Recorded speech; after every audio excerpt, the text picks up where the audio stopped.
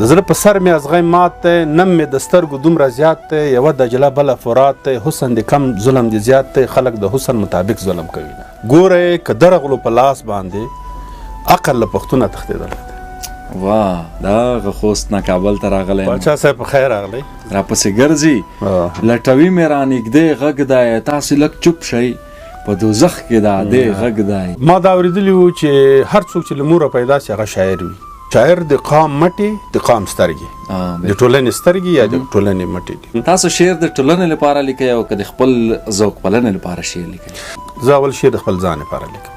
چې ته شعر د خپل ځان لپاره لیکې نو بیا ولې ټولنه بیا ولې؟ اصل او زه په خپلو ماشومانو زده کړې وکړو، زه په خپلې ماشومانو زده کړې وکړو. ګنې دا ډېوې شمال ته پاتې له بهیري نه ستړی راغلی، له بهیري نه ستړی راغلی، شړی د جګه که چې ملا در غوړه کمه، په لوړو غرو د کاروان تیر که په زړه ظالمه یاره نه دې یادېدمه، اوربل له قصده په سپین مخ راخور کړي، دا نارواوې د هوا نه دي. تر دې وروسته به زموږ پر ټولنیزو صفحو له شاعرانو سره هره مرکه او شعریز بنډار د اغلې ډیوا پتنګ په مالي لګښت تاسو ته وړاندې کیږي. بهر شور دی په خپل زړه کې غلی ناست یم، لکه زوړ سړی کاله کې غلی ناست یم، او د بایللې مینې یاد مې زړه ته راغی، د ملګري په واده کې غلی ناست یم.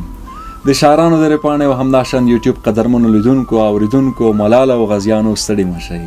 هیله ده تمه ده تاسو ټول به ښه وئ، جوړ به وئ او د صحت په جامو کې به نغښتي وئ. قدرمندو کابل ته راغلی یم، دغه خوست نه کابل ته راغلی یم او ډېر خوشبخته یم که نه چې نن زما سره څوک ناستی، تاسو به یې ټول پېژنئ. هغه څوک چې پښتو ژبه پېژني، پښتو وایي، نو حیران صاحب هم پېژني. نن زموږ سره په خپرونه کې ډاکټر صاحب حنیف حیران صاحب دی. راځو د ده څخه به څو ښکلې ښکلې غزل اورو او کوشش کوو چې یو څو پوښتنې م ترې وکړو. حیران صاحب زموږ د شاعرانو درې په دغه ادبي خپرونه کې درته ډېر زیات خرخلاص او هرکلی وایم، ستړی مه شئ. باچا صاحب په خیر راغلی. زه هم په خپل وار تاسو ته د تاسې د پاڼې لیدونکو اوریدونکو کتونکو ته ټولو ته خپله مینه وړاندې کوم. خوشحاله یم چې د چا خبره په ژوندۍ بڼه د سره مخامخ یم او نور خو مې درته وویل چې دومره د سره بلد یم لکه 10 کاله مې چې د سره تېر کړي. ډېره زیات ډاکټر صاحب راځو په لومړیو کې یو غزل درڅخه اورو بیا به مخکې ځو. ولې نه ولې نه، نن خو د غزلو ورځ ده.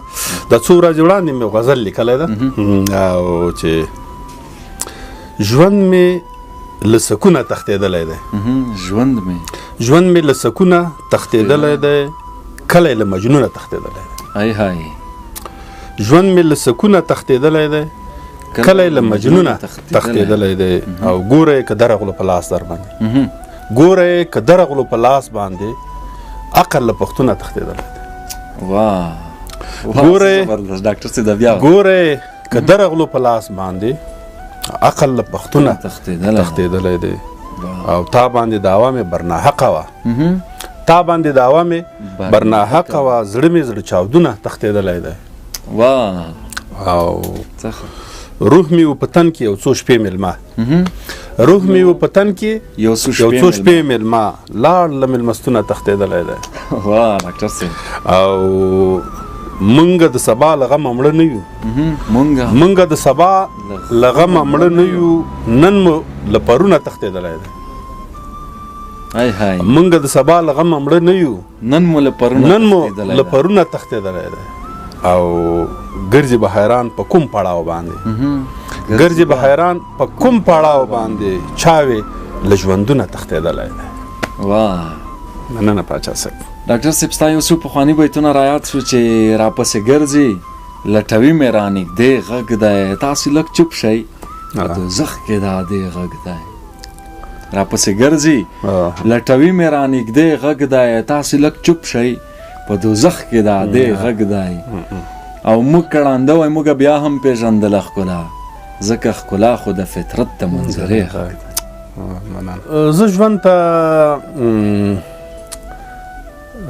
د داسې زاویې ګورم چې که زه وایم چې که هر څوک همداسې ورته وګوري شاید ژوند ورته ډېر ښکلی شي. زه وایم چې هغه یو شاعر وایي چې مرګی څه دی د سکوت د جمود غېږه، مرګی څه دی د سکوت د جمود غېږه، ژوندون څه دی هله هله منډه منډه، ژوند د مبارزې نوم ده، د منډې ترړې نوم ده، د اخلاقو نوم ده، د مینې نوم ده، د ورورولي نوم ده، د کار د دې نوم ده.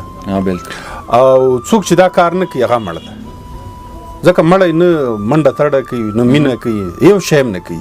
څوک چې ژوندی وي هغه د مینه وکړي، هغه د ژوند ته د مینې په سترګه وګوري، د کار په سترګه وګوري، د اخلاقو کردار د ټولنیزو اړیکو په سترګه دې ورته وګوري، بیا ژوند ده. که ژوند ته په همدې سترګه ونه ګوري بیا ژوند ده. ژوند ته به په کومه بهانه سړی راوګرځي داش دی چې ناهیلی د لیوره سړی راوګرځي. او سمانه چې مینه د وطن یې زړه ته نه لویږي، سمانه چې هسې په کعبه سړی راوګرځي. ډاکټر صاحب که دا راته ووایي چې شعر یعنی څه او شاعر یعنی څوک؟ شعر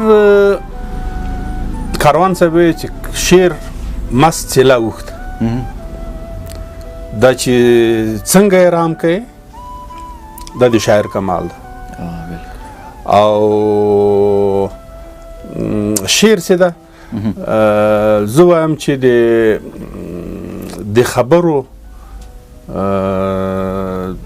د هغه انداز ته ویل کېږي چې هغه په اصطلاح مړو ته روحونه ورکوي. هغه مړې خبرې چې ډېرې تکراري شوي، کلیشه شوي، شعر یې سندره کي، شعر یې ژوندی کي او پاتې شو شاعر. ډېر خلک په ډېرو مرکو کې ما نه پوښتنه وکړي چې که ته شاعر نه وای څه شی به وې؟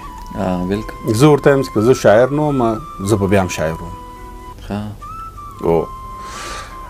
ما دا اورېدلي وو چې هر څوک چې له موره پیدا شي هغه شاعر وي، هر څوک چې له موره پیدا کېږي هغه شاعر وي. خو څوک د وینا اظهار په شعر سره کولی شي او څوک یې نشي کولی. داسې څوک یې نشي کولی او دا ښه ده چې هر څوک یې نشي کولی. که هر چا کولی شو خو دلته موږ مترادف شیونه لرو. موږ وایو چې هغه یو شاعر وایي چې ښکلي د قدر د بدرنګو وکړي، که بدرنګ نه وي نو د ښکلو قدر چا کاوه. ځینې شیان موږ متضاد لرو که نه. یعنې زه دا وایم چې که ټول خلک شاعران وي خو بیا هم د شعر اهمیت نه و که نه. نو دغه هر څه مترادف د سپین د تور یا په اصطلاح یو شی د نشتون موږ ته هغه کوم شی چې نشته باید هغه سره موږ مینه وکړو، ځکه که هغه شته وای بیا به موږ سره ډاکټر صاحب شاعر باید په ټولنه کې کوم محدودیتونه وپېژني؟ شاعر ته دوه نومونه ورکو. شاعر د قام مټې، د قام سترګې، د ټولنې سترګې یا د ټولنې مټې دي. مټه باندې چې موږ که مټه نه وي موږ دا ودانۍ د دنیا نه شو جوړول، که سترګې نه وي موږ څه لیدلی نه شو. مطلب دا د پخوانیو شاعرانو په خپلو شعرونو انقلابونه هته راوستلي دي. ملالې په یوې ټاپې باندې که په مایوند کې شهید نه سوي خدای ګلالۍ یا بېننګۍ ته دې ساتلي. دا خبره که دې په ټپه کې نه همداسې یې کړې ممکن په چا یې اغېزه نه وه کړې، خو دا یو شاعرانه پیغور و چې زلمو ته یې ویلې او میوند یې پرې فتح کړ. همداسې انقلاب راواخلی بیا د انقلاب سره نشانونه لیونو زلمو، دا خاوره انقلاب غواړي، د ازادۍ انقلاب. دا شعر به چې په پښتونخوا کې د بلوچستان کې خاصا د ګلزار عالم سره مایور اعظم خبرې کول نو خلکو کې به داسې یو ډول جذبه را پیدا شوله. د شعر زور سیده هغه کوم څومره چې په نثر کې شعر کې زور ده هغه په نثر کې نشته. یعنی شعر زه وایم چې په اصطلاح په غرونو کې لارې کوي. نو د شعر له زوره هغه چاته د شعر زور نه وای موږ به د ملي سرود په شعر نه وو، دا باید نثر وای که نه. یا مثلا ځینې د موږ تاسو خصوصا په پښتنو کې داسې میندې نه وي، داسې پلرونه نه وي چې هغوی ته شعر نه یاد، هغوی ته ټپه نه یاد، هغوی ته سروکی نه یاد که نه. زه اکثر له مور سره کښېنم دغسې لنډۍ دا شیان ترې واورم، زه وایم چې د ما مور خو شاعره ده او حالان کې دا د هرې پښتنې فطرت همداسې ده چې باید په اصطلاح یو شعر یې زده وي. نو د شعر اهمیت ډېر زیات. ډاکټر صاحب ښه شعر کوم شعر ته ویلی شو؟ ښه شعر تعریف زښت ده. موږ پښتو ادبیاتو کې 22 تعریفه د شعر لیکلي وو، یا لیکلي وو چې دا هیڅ ثابت شعر هیڅ ثابت تعریف نه لري. څوک هغه کلام چې قافیه او ردیف او دا شی ولري، څوک وایي چې نه چې موزون کلام یې ورته وایي. ځینې خلک وایي چې ښه شعر هغه ده چې پاچا صاحب تا یو شعر وویل ما باندې داسې چک ولګي چې زه وایم چې اوهو دا خو د ما د زړه خبره کړې ده که نه او بله خبره دغه ده چې شعر باید معنویت ولري بله خبره دغه ده چې شعر باید پیغام ولري پرته له هغه نه چې تخنیکي مسایل دي چې موږ وایو چې قافیه او ردیف او بحر او څه شی ولري له هغه ورې خواته په اصطلاح یو سړی باید وښوري د یو چا په زړه باید باندې کینی کله چې د یو چا په زړه کې کیناسته د یو څه هغه لوستونکي ویل چې واه دا خو د ما د زړه خبره کړې ده نو شعر اصل کې د شعر تعریف دغه ده چې فردي تجربې خو په شاعرانه انداز کې له خلکو سره شریکول بیا دا چې فردي تجربې هم چې سړی د ټولنې له خلکو سره د خلکو په زړونو باندې په اصطلاح د خلکو د زړونو ترجماني په شعر کې وکړي نو بیا هغه اعلی ترین شعر شي ډاکټر صاحب ستاسو یو څو بیتونه دي چې الله دا څوک د داسې درس چې له چمبې وباسي جینۍ لګیا ده په سندرو کې توبې وباسي او مور یې ورلنډه شوه یوې ته یې په غوږ کې ووې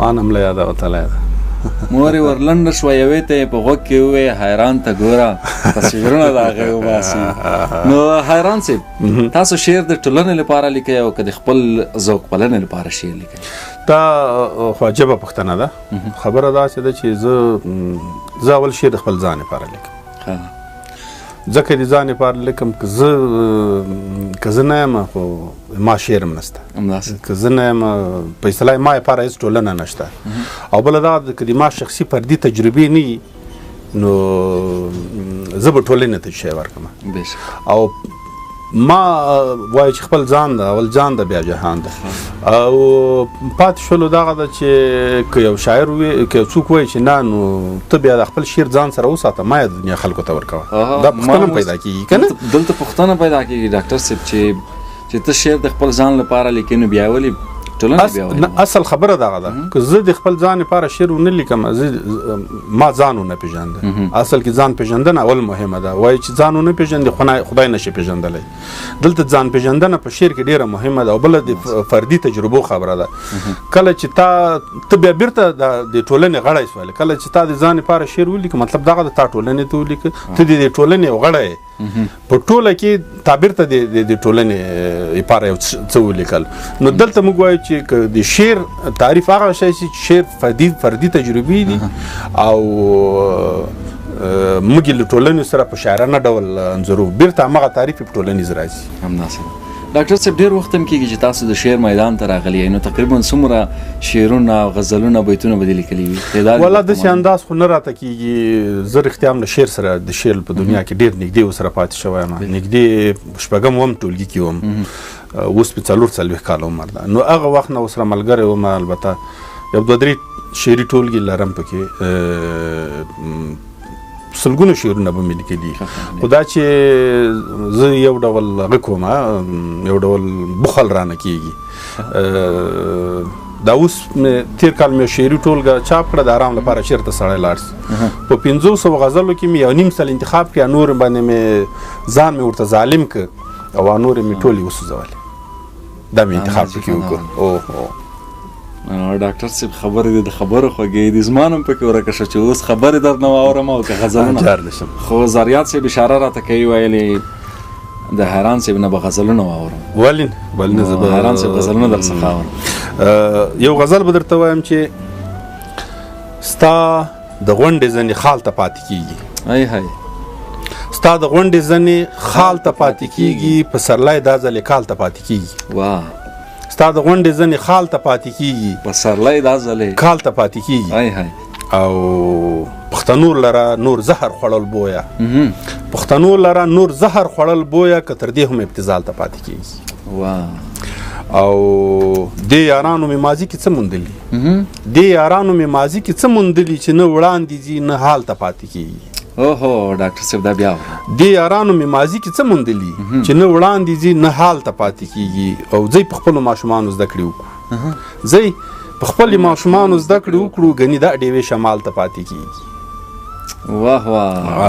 حیران صاحب دا بیا مننه زه په خپلو ماشومانو زده کړې وکړو ګنې دا ډېوې شمال ته پاتې کېږي او زه مې خپل زړه ولې تا باندې تاوان کړم زه مې خپل زړه ولې تا باندې تاوان کړم مات منګی بیرته کولال ته پاتې کېږي هاي هاي دام ډېر عالي دی نه زه مې خپل زړه ولې تا باندې تاوان کړم مات منګی بیرته کولال ته پاتې کېږي او د ټمبل شاګرد په څیر شولې حیرانه د ټمبل شاګرد په څیر شولې حیرانه هر ځواب دې بیرته سوال ته پاتې کېږي